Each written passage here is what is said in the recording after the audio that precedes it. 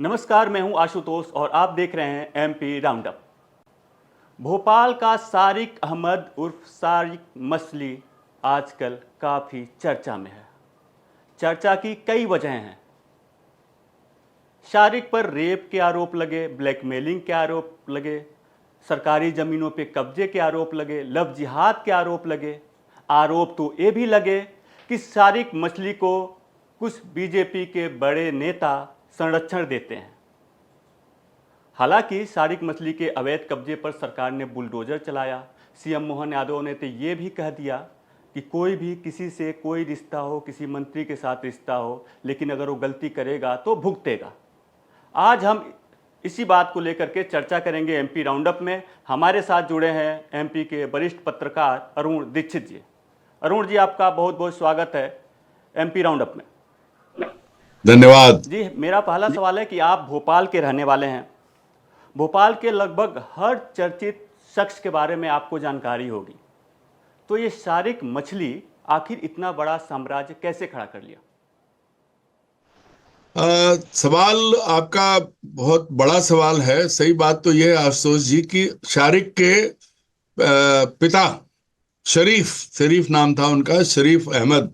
और चूंकि उन्होंने कारोबार संभाला था, उनके भारतीय जनता पार्टी से के नेताओं से बहुत करीबी संबंध थे। और ये मैं नहीं कह रहा हूं, ये बात खुद वो लोग कहते रहे हैं।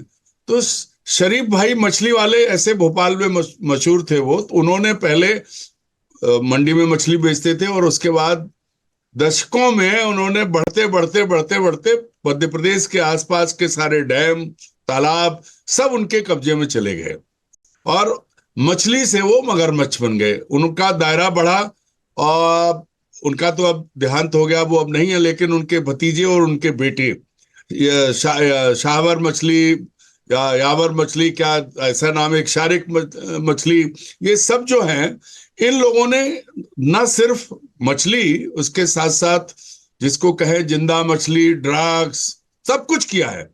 और तो और देशद्रोही, देश विरोधी गतिविधियों में भी ये लोग शामिल रहे हैं, क्योंकि लोगों ने इनके खिलाफ जब कार्रवाई हुई है, मुख्यमंत्री मोहन यादव ने जब भोपाल में इनके खिलाफ कार्रवाई कराई है, तब बहुत सारी चीजें उभर के आई हैं कि पिछले 30-40 सालों में शरीफ मछली का परिवार सिर्फ मछली के ठेके लेने से के अलावा इतने काम कर रहा था। ड्रग्स में था, लव जिहाद में था, जो सबसे खतरनाक जिसको कहते हैं आतंक इंटरनल, उसमें भी शामिल थे ये लोग। क्योंकि ये बातें जो आई हैं उभर के, और नेताओं के साथ मिलके, भारतीय जनता पार्टी का सदस्य था, ये पूरा परिवार जुड़ा हुआ था। तो ये समझिए कि इसको, मछली को मगरमच्छ बनाने में मध्य प्रदेश भारतीय जनता पार्टी के नेताओं का बहुत बड़ा हाथ था। और अभी वर्तमान में मोहन यादव जी की कैबिनेट के करीब करीब 4 मंत्री और 1 दर्जन विधायक मछली परिवार के बहुत करीब थे। पूरा पूरा जो है संरक्षण भारतीय जनता पार्टी का इस व्यक्ति को मिला। और मोहन यादव जी बहुत अच्छे से जानते हैं कि मछली परिवार को संरक्षण देने वाले कैबिनेट बैठकों में उनके इर्द गिर्द बैठते हैं। उन्हें उन अफसरों के बारे में मालूम है जिन्होंने इसको संरक्षण दिया, सारी चीज पता है अब उनको। पर सवाल यह है कि उन्होंने मछली का साम्राज्य तो ध्वस्त कर दिया, उसके तालाब का तो पानी निकाल दिया, लेकिन जो लोग उसके साथ थे, जो फल फूल रहे थे, उनके खिलाफ कोई कार्रवाई सरकार ने, संगठन ने अभी तक नहीं की है। जी, तो कांग्रेस आरोप लगा रही है कि बीजेपी के नेता हैं वो मछली से जुड़े हुए हैं। इन आरोपों में सच्चाई क्या है, और क्या वो नेता केवल भोपाल के रहने वाले हैं या भोपाल मतलब मध्य प्रदेश के दूसरे इलाकों के भी हैं? आशुतोष जी, वो नेता भोपाल के, कांग्रेस का, सबसे पहले तो कांग्रेस का आरोप बिल्कुल सही है, क्योंकि वो चीजें छुपी नहीं है। भाजपा के नेताओं ने मछली परिवार से अपने संबंध कभी नहीं छुपाए थे। बाकायदा उसके यहाँ दावतों में, शादियों में, ईद और उस पर सब जाते थे। और अब तो पूरी की पूरी वीडियो फिल्म्स बाजार में घूम रही हैं। एक मंत्री जी हैं, एक महंगी मोटरसाइकिल चला रहे हैं, उनके पीछे शारिक बैठा हुआ है, गाने बज रहे हैं। वो गाड़ी में बैठे हैं, उनके पीछे जो है वो शारिक बैठा हुआ है। और एक महिला मंत्री हैं, वो मंच से भाषण दे रही हैं, वो कहती हैं तो पीढ़ियों से हमारे परिवार से संबंध है। तो वो हम्म। बीजेपी का सदस्य और पदाधिकारी था, अब बीजेपी नहीं मान रही है। और बीजेपी प्रदेश अध्यक्ष से लेके कई मंत्री उसके घर गए, जिसके तमाम फोटो और सबूत हैं, सब मौजूद है, सबको सब मालूम है। कांग्रेस का ये आरोप बिल्कुल सही है। क्यों? क्योंकि सबने देखा है। अब तो वो वीडियो जो है वो भोपाल में क्या पूरे मध्य प्रदेश में घूम रहे हैं, दिल्ली भी भेजे गए हैं। लेकिन पता नहीं क्यों अभी तक मछली को मगरमच्छ बनाने वाले नेताओं के खिलाफ पार्टी ने कोई कार्रवाई नहीं की। मोहन यादव जी ने जी सवाल ये भी है कि जब इसके ऊपर मतलब शारिक मछली के ऊपर लव जिहाद, दुष्कर्म, ब्लैकमेलिंग जैसे बहुत सारे आरोप थे पहले से ही, और जब इसके खिलाफ अब कार्रवाई शुरू हुई है तब जो पीड़ित हैं वो सामने आने लगे हैं। तो क्या ये पीड़ित पहले सामने नहीं आ रहे थे या फिर आ रहे थे तो इनको दबा दिया जा रहा था? क्या पुलिस विभाग में भी शारिक की अच्छी खासी पकड़ थी? आशुतोष जी, पुलिस विभाग उस इलाके में शारिक का गुलाम था। मेरे शब्द को आप नोट कीजिएगा, शारिक का गुलाम था। मैं एक व्यक्ति का बताता हूँ, कोई तिवारी नाम है उसका, वो लगातार बाहर बोल रहा है। उसके वो देवी बैठाता था, उसका कहना है कि शारिक और उसके दोस्त आए, उन्होंने कहा मेरी फोटो लगाओ, मैंने नहीं लगाई तो मेरे साथ मारपीट की गई और बाद में उल्टे झूठे मुकदमे उसके खिलाफ बना दिए गए। वो जेल में रहा, 2-3 मुकदमे वो अब लगातार कह रहा है। मंत्री जी के संरक्षण के चलते कुछ नहीं हुआ, क्योंकि 2003 के बाद कमोबेश बीजेपी की सरकार है। इसके अलावा एक मुस्लिम परिवार ने ये कहा है कि उसका मकान, जो शारिक का जो इलाका था जहां पर इसने अपना साम्राज्य कायम करके महल बना रखा था, वहां था। तो वो कहता है कि शारिक मछली ने, शारिक और इनके भाइयों ने बुलाया और कहा ये बैग लेके आप जो है दिल्ली चले जाओ और ये फलानी जगह जामा मस्जिद के पास जाके फेंक देना। तो उसने कहा इसमें क्या है? बोले तुम्हें क्या करना, तुम ले जाओ। वो बाद में पता लगा कि उसमें विस्फोटक सामग्री थी, ये चाहते थे कि दिल्ली में विस्फोट कराएं। और जब उसने मना कर दिया तब उसको इतना प्रताड़ित किया, उसके मकान पे कब्जा कर लिया, उसके घर लूट लिया और उसकी कोई सुनवाई नहीं। वो मुसलमान है। ऐसी ही परिस्थिति आसपास पूरे उस मोहल्ले में जो लोग रह रहे हैं, वो दहशत में, या तो इनके लोग 20 मकान कब्जे में थे जो बेचारे गरीबों के मकान थे। तो ये कैसे होता था? पुलिस, जो इलाके के थाने हैं, 2-3 थाने, उनमें शारिक मछली का साम्राज्य था। जो चाहता था करता था। 20 अब आप देखिए, अब बेसिक किस्सा है अशोक जी, ये पकड़ में कैसे आया। वह ये था कि कुछ लड़कों, मुस्लिम लड़कों ने कुछ लड़कियों का एक, उनको सामूहिक रूप से उनका सेक्सटॉर्शन किया, उनको आगे सप्लाई किया। ऐसी कॉलेज वाली एक लड़की को पकड़ा, फिर उसको दूसरी को पकड़ा, ऐसे इन्होंने अपने जाल में फंसाया 12-13 लड़कियों को। हाँ, वो काफी मामला काफी चर्चित भी था। हाँ, वो जब मामला खुला तो पता लगा कि एक क्लब में सब इकट्ठे होते थे, वहां से वो करते थे। तो पता लगा वो क्लब शारिक मछली का है, नगर निगम भोपाल ने जमीन दी है उसको, उस पर चल रहा था। और वो मंत्री जी की वजह से दी गई थी, क्योंकि वर्तमान में महापौर जो है भोपाल की, वो उन मंत्री महोदय की बहुत करीबी है। तो फिर जब जब चीजें खुलना शुरू हुई तब पुलिस को समझ में धीरे धीरे आया, क्योंकि मुख्यमंत्री का जब रुख समझ लिया पुलिस अफसरों ने और बड़े पुलिस अधिकारियों को ये समझ में आ गया, तब उन्होंने कार्रवाई शुरू की। अब फिर कार्रवाई शुरू की तो एक एक चीज, जो ये लव जिहाद और सेक्सटॉर्शन का मामला था, सेक्स स्लेव बना लिया गया था लड़कियों को। भोपाल की कॉलेज पढ़ने आई लड़कियां, उनको उनके साथ, उनके वो जो वीडियो है पुलिस के पास मौजूद है, कितना घटिया तरीके से उनका अत्याचार उन पर किया गया है, फिजिकल, और वो सब इन्हीं लोगों ने किया है।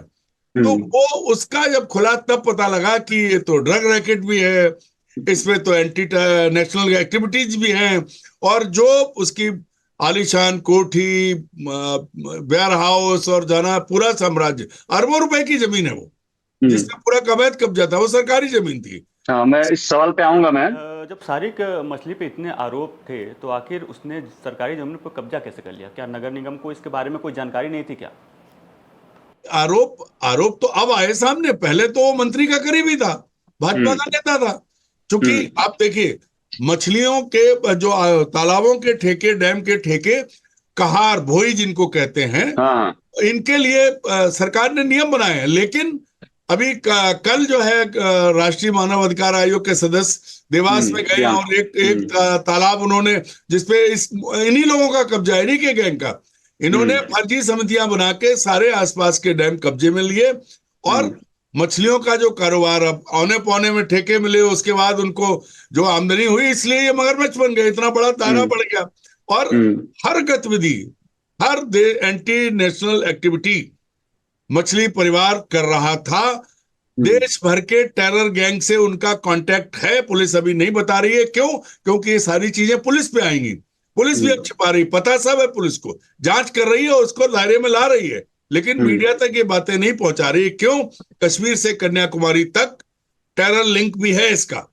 जब ड्रग है तो टेरर होगा। और इससे पहले वो एक मुस्लिम परिवार ने कहा है कि मुझे एक्सप्लोसिव दिया था कि जाओ वहां लेके जाओ, उसका घर छीन लिया, अब वो अपने घर पहुंचा, बेटी की शादी नहीं कर पाया वो तमाम। तो इनको भाई, ये बीजेपी के लोग थे, बीजेपी के नेताओं के साथ उठना बैठना, बीजेपी नेता इनके घर जाना, तो पुलिस क्या करती और कोई क्या करता, सबको मालूम था। अन्यथा इतना बड़ा कार्टेल बन जाना संभव नहीं था। नहीं, मैं आपको कि अभी हाल ही में जो अभी मानवाधिकार आयोग के जो सदस्य हैं प्रियांक कानूनगो, उन्होंने आरोप लगाया कि उनके दिल्ली स्थित आवास पे कोई बंदा गया इनका सारिक मछली का और मिठाई दी और बोला कि हम आपको प्रॉपर्टी में हिस्सा देंगे, प्रॉपर्टी के लालच दिया। और वो आरोप ये भी है कि वो जो शख्स यहाँ गया था प्रियांक के घर पे, वो किसी बीजेपी विधायक का भतीजा है। मैं वही कह रहा हूं आपसे कि पूरा घालमेल है, उसके साथ सब मिले हुए थे, भाजपा नेता उसे पूरा संरक्षण दे रहे थे। वो उनके चुनाव प्रचार में शामिल रहा है, भाजपा नेताओं के, भाजपा मंत्रियों के साथ बढ़िया दोस्ताना अंदाज में फिल्में बनी हुई हैं, घूम रहे हैं, सब कुछ और हर चीज। भाई सूत्रों का तो ये भी कहना है कि जो जो सेक्स रैकेट जो चला रहे थे उसके लोग, और बहुत बड़ी टीम है उसमें, तो उसकी सेवाएं तो मंत्री महोदय लेते थे। और ये बात मोहन यादव को मालूम है, प्रदेश के डीजीपी को मालूम है, पुलिस अफसरों को, जो जांच टीम है आज की तारीख में जो जांच चल रही है, सारी चीजें खुल के आई हैं। पुलिस के पास वो उन हिंदू लड़कियों के वीडियो हैं जो इसके गैंग ने बनाए थे, और पूरे यही नहीं, भोपाल, इंदौर, उज्जैन, सब जगह इनका रैकेट था। ये बड़े पैमाने पे चल रहा था। भाजपा मंत्रियों, विधायकों और सांसदों, सबका संरक्षण अलग अलग समय पे मछली परिवार को मिला है।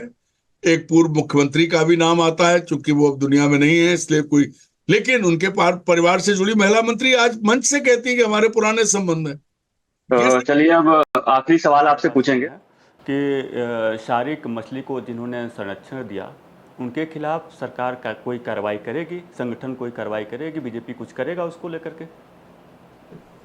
देखिए, मुझे नहीं लग रहा है कि कुछ करेंगे। मोहन यादव ने जो इतना साहस दिखाया कि उसका कारोबार नेस्तनाबूद कर दिया, अवैध बिल्डिंगें गिरा दी। मैं एक बात बताऊं आशुतोष जी आपको, जब पुलिस महकमा और सरकारी प्रशासन जब कोठी तोड़ने गया, उसका कारोबार जहां पर उसकी फैक्ट्री और वो सब वेयर हाउस बने थे, तब मछली परिवार की औरतों ने सबके मुंह पे गालियां दी और कहा कि कल तक तुम पांव पड़ने आते थे, आज तुम घर तोड़ने आए हो हमारा। और ये बात लगातार हुई। तो ये जो है, सरकार ने इतना कर दिया, हमको लगता है यही बहुत है। कायदे से तो सरकार को तत्काल उन मंत्रियों को बाहर करना चाहिए था, लेकिन करे कौन?